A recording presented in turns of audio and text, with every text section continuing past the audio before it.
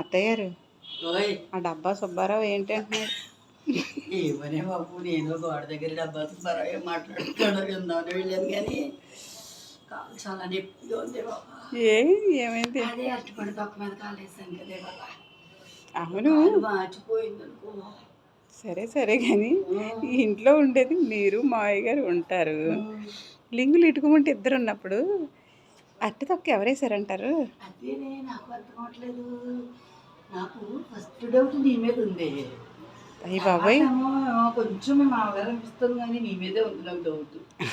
అసలు ఏమన్నా పద్ధతిగా ఉంది అత్తయ్య గారు? అయితే అస్తమానం నీకు పద్ధతులు చెప్పి జాగ్రత్తగా ఉండమని కోడలా అని చెప్తున్నాను కదా, నా కోపం అంతా బుర్రలో పెట్టుకుని వేసావేమో అని. అయ్యి బాబాయ్, ఎంత మాట అన్నారు అత్తయ్య గారు నన్ను. ఏమో మరి ఏం చెప్పని, ఎవరిని నమ్మడానికి లేదు.